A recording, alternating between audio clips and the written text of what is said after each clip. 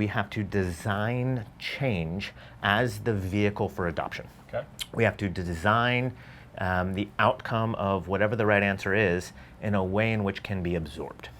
Okay, so are there different sort of levels of complexity with that? Like I know sometimes when we're talking about change, like if you have a direct report or if there's a single person, you have to navigate that. That's different than if there's a smaller group of people.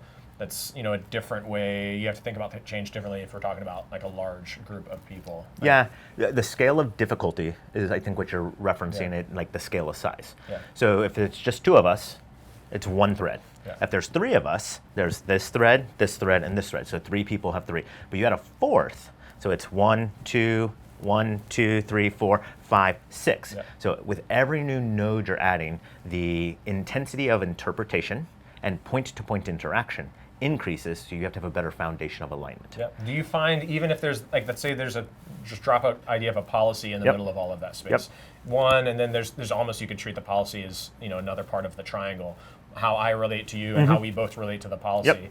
That's essentially another node. Do you find like, does it help, hurt? Does it even matter? Maybe the answer is all of the above. When a policy is supposed to, we talked about in a previous conversation, having a policy sort of being a central construct of the thing. But now when we start talking about people, you can only go so far getting everybody like oriented against the construct of a policy. Like how does a policy fit into those spaces too? Yeah, when I think about the node, if we just oversimplify a node, be it a policy, a person, a thing, again, the increasing volume of nodes creates complexity. Yeah. And so if it's just you and I and a policy, we can very quickly understand, is it you and I having an issue? Is it me individually with the policy? Is it you and I both having an issue with the policy? We can triangulate against the policy node. Is it the node or is it the relationship? When there's 10 policies and 10 people, 20 nodes, the ambiguity of, is it a people? Is it a one person to a policy? Is it a collection of people all hating that one policy?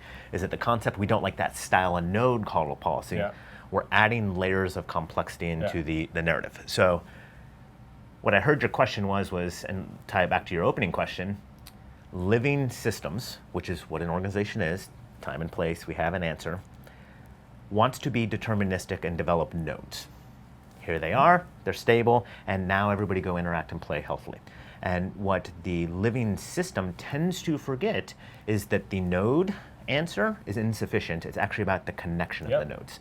And we under-prioritize or deprioritize our energy into the strength of the relationship of the nodes, meaning do I have conflict with the policy? Do I have conflict with the concept of policy? Do I have conflict with the person? Yeah. And we forget that, and this is now the governance piece, how the nodes interact. Is a policy unto its own, regardless of if the node itself is a policy. So there's policy to manage policy, and then there's policy to manage our relationship, and then there's policy for policies to manage each other, right? And so this, we now did nested. Or processes, like or the processes. policy might have something that is actually affecting a different sort of aspect of the organization. Yeah, and when we oversimplify, and what so many organizations do, I developed a node, here's a policy, everybody gets it, right? We also now are forgetting about the human emotional component of it.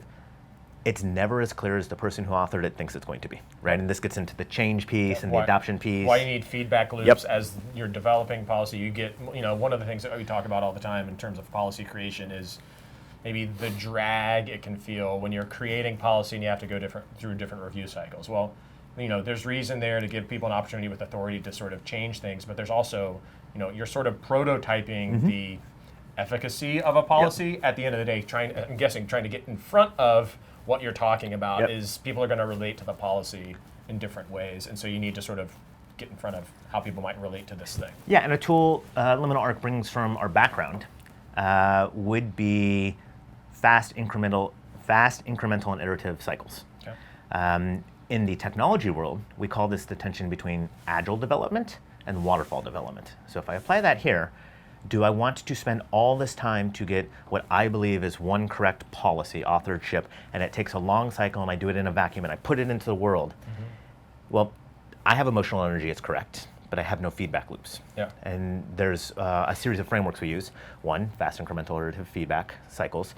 Take the thinnest slice of that, get some feedback, iterate. And if you have that as a core pattern, you've already created the platform for a living organization. It's incrementally changing all the time based off a feedback loop. You're never done. So that should be good news for people that have to create policy, and there's different gateways. Like, you're doing that not because people want to jump through hoops. If it's an effective and healthy organization, you're doing that to increase the likelihood that when it gets into the wild, people are going to be receptive and, at best advocate for it, or at worst just be comfortable with it.